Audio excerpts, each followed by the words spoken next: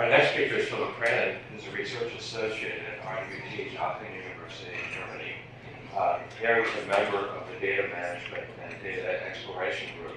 His research interests include data mine streaming, anytime applications, and energy-efficient data dissemination. Today he's going to talk about ClusTree, indexing microclusters from anytime stream mining. Thank you for the introduction. Yeah, also welcome from my side. First of all, also I'd like to thank the organizers for giving me the opportunity to present our work here. It's been a very interesting week seeing all the different views and approaches to data streams and stream processing, and I'll try to give you a brief overview of how we approach the domain of stream mining and what our contributions are. So the usual way I start my talks are by giving examples of data streams from like real life, and this is one of my favorites here. But I guess in these sessions I can skip over that. So there are some from industry, like surface inspection and monitoring applications, sensor networks like body sensor networks, or spread out somewhere. We have plenty of examples already over the week. So what I finish with usually is then that basically everywhere where data is continuously measured and sent somewhere, we have a potential application for stream mining. And then we have this fancy landscape of applications where you find all the nice pictures there, and we have some tasks from a data mining perspective, from machine learning perspective, which would be classification, for example, modeling, which refers to clustering as well, or outlier detection. And that's of course not a crisp categorization, but they can be applied somewhere else. And one part that we focus on, or that we are interested in, is the differentiation of the streams into categories of constant data streams where the data rate is given or fixed over a long period of time, as in many of the industrial applications, and streams of varying data rates, as you usually have everywhere where like users are involved, or sensors are involved that only send measurements when like values change significantly, or sensors come into the network and go out of the network, and so on. So that results in varying data streams, and that's something that we focus on and that I will talk about a little bit more in the talk. So that's the structure of the talk. There was 3 parts. Obviously, we do like frameworks. I also have a framework in the end, but it's only going to be 1 slide. The other 2 parts are first the principle of anytime algorithm. So what is an anytime algorithm? I don't know whether you all are familiar with that. I want to motivate it a little bit for the stream data mining. And then in the second part, it's going to be one of the methods that we proposed, and I forgot to say this is in collaboration with Irasen from Denmark and my colleagues from RWTH. Okay, so just to clarify things, a stream for us is just an infinite sequence of tuples. Probably as many of you also see that we have a timestamp and a feature vector. And then we have what we call the inter-arrival time. This is just the time between 2 consecutive stream items, and that's what makes the difference then in our case between the constant and varying stream. So for a constant stream, just this inter-arrival time is always the same. Let's say, I don't know, 20 milliseconds. And then for algorithms that work on streams, they generally all fall into the category of online algorithms in the sense that they have to process the input one at a time, so they do not have random access to the data. If the algorithm is tailored to a specific amount of time, say, you know beforehand, okay, I have 20 milliseconds to process an object, that's what we call a budget algorithm, because it knows beforehand how much time it has.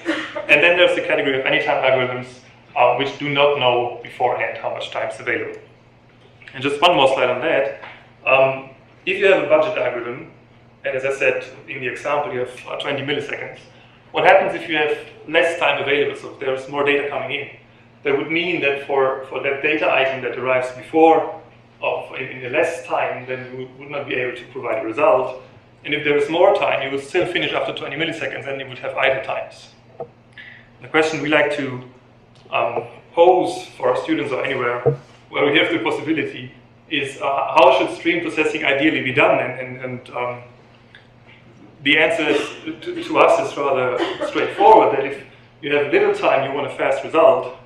And if you have more time, you want to use that time and do not want your machine to be idle. So you want to use that time to improve your result. And it's shown there in the picture. So you have a short initialization, you get a first result with a certain quality, and if you have more processing time, your result will improve. A good example for this would be anytime classification, where the accuracy of your classifier improves if you have more time on average. And that's just the definition, core point of anytime algorithms is that they are interruptible and can provide a result after any amount of time. Okay, now some people say, okay, that sounds like a nice idea, but I have an application and we have constant data rates, so maybe these industrial applications, why would we bother or why would we need anytime algorithms? So the scenarios is here as follows. I again have this example with the bottles. So they pass a camera at some point in time, TF, so the features become available, and at some other point in time, TD, you have to make a decision. That is, you have to either sort them out or they can allow to pass or whatsoever. In this case, usually you would have this kind of budget algorithm. Say you have 20 or 50 milliseconds per bottle. You tweak your algorithm and use all the available time that you have. The question is, can we do better than this? The answer is, of course, yes. The idea is, again, fairly simple. The idea is to distribute the computation time according to a confidence in your decisions, right?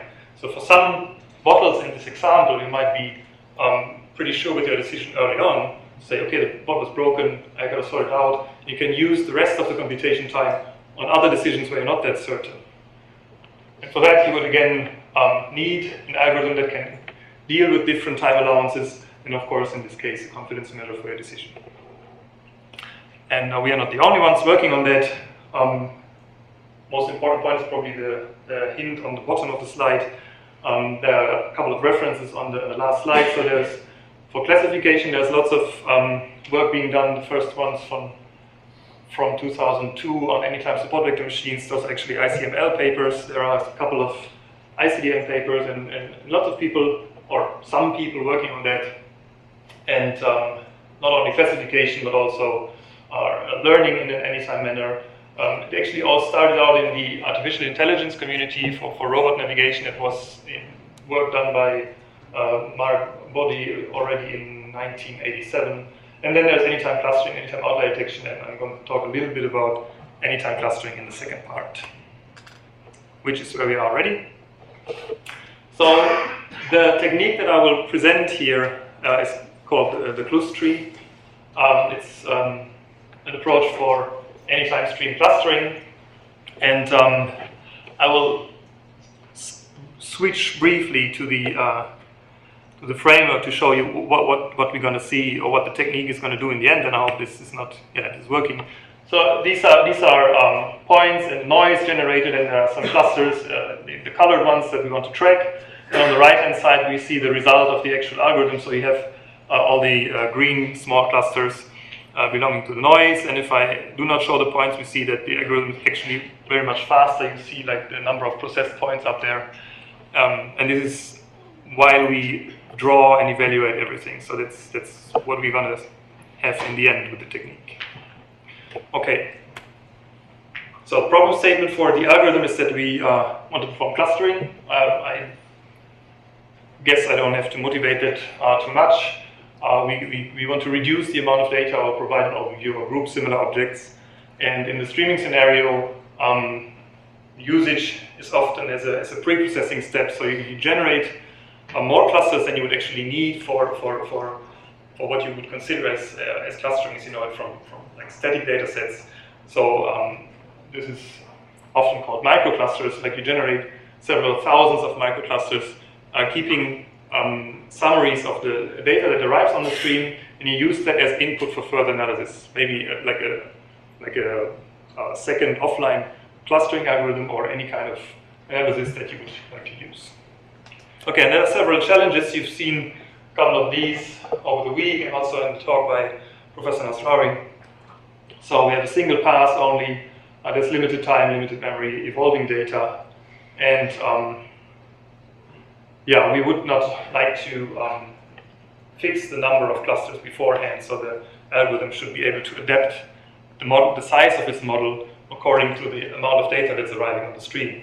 And that's Those are the requirements or the goals that we want to reach with our techniques. So we want to create an anytime algorithm and have a fine-grained result as an input for further analysis. We want to be compatible to existing work on drift and novelty detection, as we've also seen in the talk of Professor Nasrari, and there's other existing work on that. And as I said, self-adaptive model size. And here again, we're not the only ones doing stream clustering. So there's lots of approaches, especially since 2000 in all of the data mining conferences and community. There's a lot of work on stream clustering. There are convex methods, density-based and grid-based methods, and all kinds of other methods. Some of them share parts of their approaches, so whether they process the data in chunks and then merge the results of the clustering of the chunks, or whether they maintain a list of clusters and then decide whether to throw away some old ones or create some new ones depending on the data characteristics. And what most of them have is an online and an offline component. So the online component generates the microclustering, as I already mentioned, and in the offline component you perform the actual real clustering that you would then like as a representation of your data distribution, or the offline component could be any other thing that's of interest for your analysis. And of course, that's why we were able to publish this. They are all not anytime algorithms, and all of them have to be given a model size in advance. So that means like a maximum number of clusters or a fixed number of clusters that they maintain. And that is, if the data rate is less, then they naturally have these idle times that I mentioned in the beginning. And due to the fact that they check an incoming point to all the clusters in their list or in their representation, the result is not very fine-grained, and you will see more on that in 2 slides. Okay. Most important point here is that all of the approaches have to restrict themselves to the worst case time allowance. And this, what I mean by that is again the point that you have to say, okay, in the worst case I have that many data points per time unit, and I have to be able to still perform my clustering, while if there's times where there's less data coming in, this results then in idle times, and this is something that we would like to address, and what we did address. Okay. Same goals, just restated. We want to perform anytime clustering. We want to have an adaptive model size, so we do not want to restrict ourselves to the worst case time allowance. Fine-grained representation and the compatibility to the work on drift and novelty detection, as we've seen in the talk before as well. Okay, here's the basic idea. The method is called ClusTree, as I said, and it's a tree. We use cluster features to represent the microclusters. This is a very common approach. I mean, cluster features are already been used in the Birch clustering method, with someone who knows that. Cluster features basically store the number of objects in the cluster, the linear sum per dimension and the squared sum per dimension. And from that you can compute statistics like mean values and variance of the cluster. So it's very useful. And actually that suffices to be compatible to the existing work on drift detection, novelty detection, because you can provide those statistics as input to the methods that say, okay, some change occurred there. All right. We maintain a balanced hierarchical data structure, so a balanced hierarchy of those cluster features. And what we do is we simply insert the new object into the closest subtree. So it's a, for now, straightforward depth first descent. And that's one key to why we have this fine-grained representation in the end. As I mentioned before, we do not go through all the list of the microclusters that we maintain, but we have this hierarchy above as an index structures, where we have a faster access and thereby can maintain a large number of microclusters. Now, the insertion will stop as soon as the next object arrives. So that is, if we have less time, the insertion will stop somewhere within the tree. If we have more time, it will stop somewhere lower in the tree, then eventually we might reach the leaf level. And that's the first part of how we realize the anytime property of the algorithm. And then, of course, the most detailed model will be in the leaf. And if there's continuously more time available, so if more objects reach the leaf level, additional entries will be generated and the nodes will be split and the tree grows. That means the model grows, and that's where we get the self-adaptive model size. So if there's times where there's less data arriving, we can descend further in the tree will grow, and then our model will grow. And vice versa, if the stream is faster, we will only come to a certain level, and due to the aging, which I will explain in a couple of minutes, the old entries in the leaves will go away and the model will adapt again to the fast stream. Okay. Now there's 2 more slides on the structure, and then there's some results, and that's basically it already. We have the hierarchy of cluster features. New objects, so the feature vector of the object, is simply added to the cluster feature, so we increment the number, we add per feature the linear sum and the quadratic sum. And as I said, if the next object arrives, we stop the insertion, and that's why we have this buffer. I don't have less, but I'm sorry. I don't want to move away too far from the camera. So an inner entry has a cluster feature on the left-hand side that represents all the data in its subtree. It has a pointer to the subtree, and then it has this second cluster feature, which represents the buffer, or which is the buffer, that aggregates all the points that have been interrupted there during insertion, right? So once again, if the next object arrives, we stop the insertion and we store the object in the buffer. The leaf entry is only a single microcluster, since we don't need the buffer there. And now the interruption is only the first half, as I said. So we buffer the objects, we aggregate them in the buffer, and then the second part of the algorithm is what we call hitchhiking. So we resume the insertion process once we come along the same way with another object. And since we aggregate the objects in the buffer, we always maximally have 2 objects to descend with. Okay, I have a little example here. So the blue object on the left, to the root node, there will be our insertion object. And here on the second level, the red symbol is a filled buffer, and the arrows on the bottom indicate where the objects belong. Okay, then we first descend to the second level, and then see that we have to descend to the left. We give this buffer a lift, so we perform this hitchhiking operation. And then whenever we have different ways, we buffer it again and descend further with our insertion objects to ultimately insert it into the leaf. So that's how we perform the anytime clustering. We buffer objects when we are interrupted and resume the insertion once we pass along the same way later on with the second insertion, or any insertion. Okay, and the tree grows, as I already mentioned before, by splitting leaf nodes. How am I in time? 5 minutes? Okay. Okay, this is the, well, the main point is this is about how we keep an up-to-date view of the data. So we have also an aging function here that we share with many other stream clustering approaches. So it's an exponential decay function. It has very nice properties. And the benefits of this is, on the one hand, that we can reuse insignificant entries, as I already mentioned. So if there's, for example, clusters that fade out or go away, then we can reuse these entries in those subtrees with new data. And the nice feature about this exponential decay function is that every cluster feature still exactly represents its subtree, even though we didn't update all the timestamps in the subtree. And there's proof in the paper for that. This was the basic idea, and this is an overview slide of some extensions we did to that.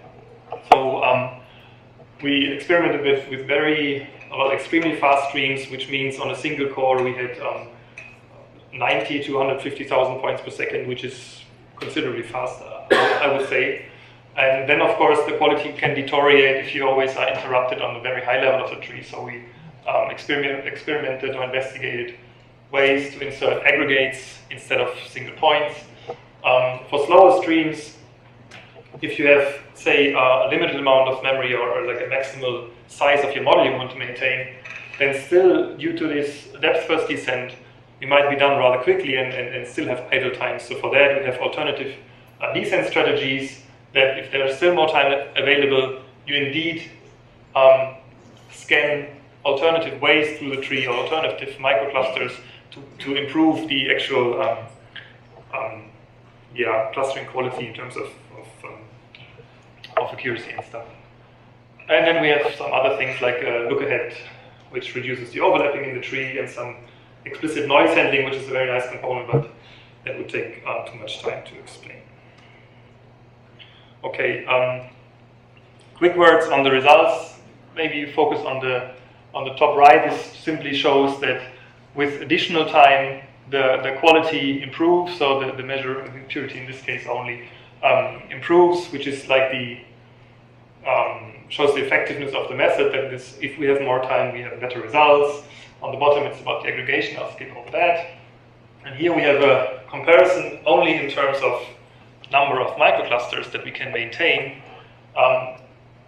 It's fascinating on the one hand that we can maintain so many, but it's not fascinating if you consider that it's this tree structure and the depth first descent. Of course, we have only a logarithmic number of distances that we have to compute.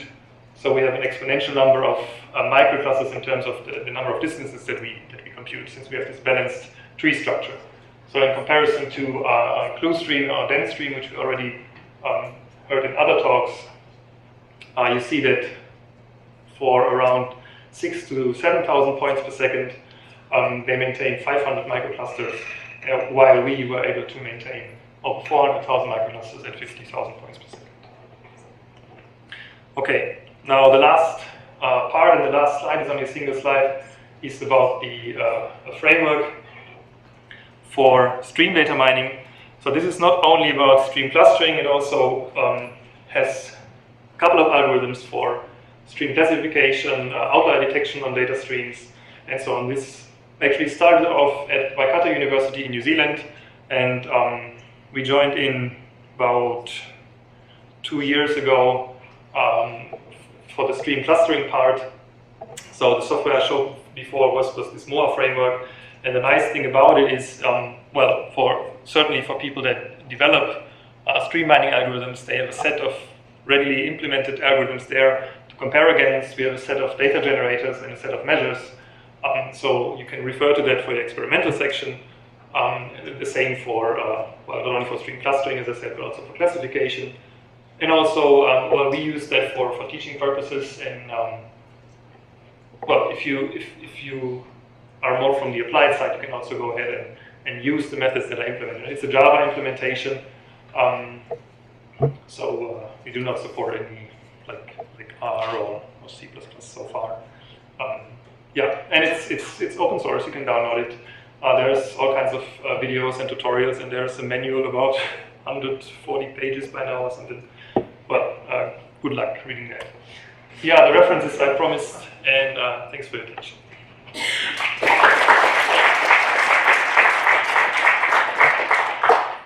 Questions?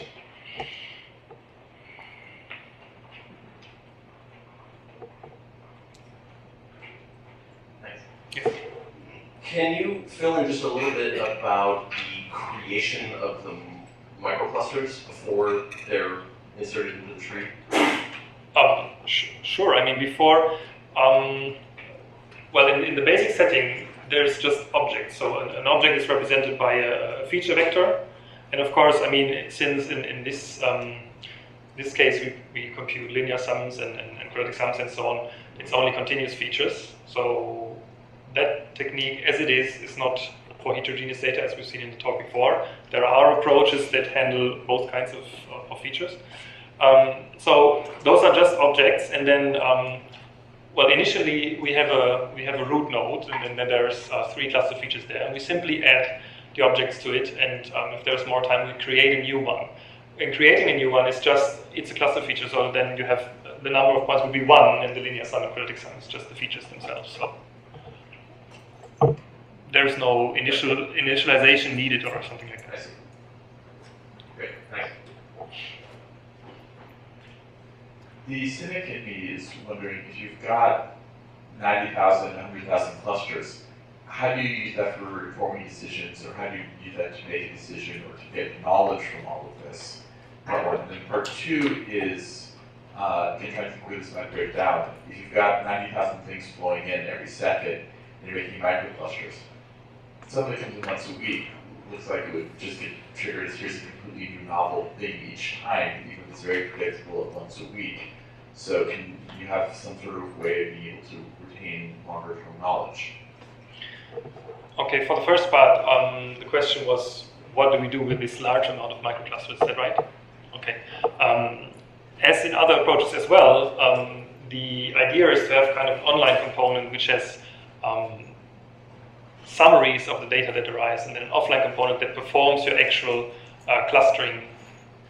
If you want to have, let's say, a distribution of your data, so you might want to take a clustering method of your choice and configure that with like 100 clusters or something. So the idea really is to have a more, or an input that is as fine-grained as possible.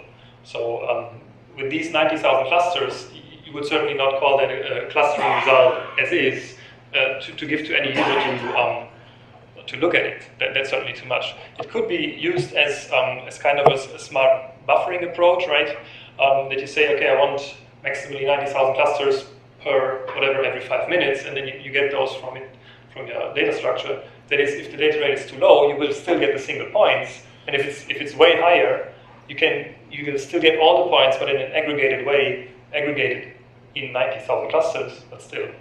So yeah, I strongly believe that as an input for further analysis, the large number of microclusters is really useful. And the second part I didn't really get, so that's long term. I think you answered it actually in what you just said. The second part. I think you've actually answered it. Thank you. Okay, all right. Another question? Well, no, let's thank our speaker. We resume at 3:45. First, the principle of anytime algorithm. So what is an anytime algorithm? I don't know whether you all are familiar with that. I'm going to motivate it a little bit for the stream data mining. And then in the second part, it's going to be one of the methods that we proposed, and forgot to say it's in collaboration with Irasen from Denmark and my colleagues from RWTH. Okay, so just to clarify things, a stream for us is just an infinite sequence of tuples. Probably, as many of you also see, that we have a timestamp and a feature vector. And then we have what we call the inter-arrival time. This is just the time between two consecutive stream items, given or fixed over a longer period of time, as in many of the industrial applications. And streams of varying data rates, as you usually have everywhere where like users are involved, or sensors are involved that only send measurements when like values change significantly, or sensors come into the network and go out of the network, and so on. So that results in varying data streams, and that's something that we focus on and that I will talk about a little bit more in the talk. So that's the structure of the talk. There are 3 parts. Obviously, we do like frameworks. I also have a framework in the end, but it's only going to be 1 slide. The other 2 parts are in somewhere. We have a potential application for stream mining, and then we have this fancy landscape of applications where you find all the nice pictures there, and we have some tasks from a data mining perspective, from machine learning perspective, which would be classification, for example, modeling, which refers to clustering as well, or outlier detection, and it's of course not a crisp categorization, but they can be applied somewhere else. And one part that we focus on, or that we are interested in, is the differentiation of the streams into categories of constant data streams where the data rate is. Our next speaker is Philipp Kranen, who's a research associate at RWTH University in Germany. Here he's a member of the data management and data exploration group. His research interests include data mining, streaming, anytime applications, and energy-efficient data dissemination. Today he's going to talk about ClusTree, indexing microclusters from anytime stream mining. Thank you for the introduction. Yeah, also welcome from my side. First of all, also I'd like to thank the organizers for giving me the opportunity to present our work here. It's been a very interesting week seeing all the different views and approaches to data streams and stream processing, and I'll try to give you a brief overview of how we approach the domain of stream mining and what our contributions are.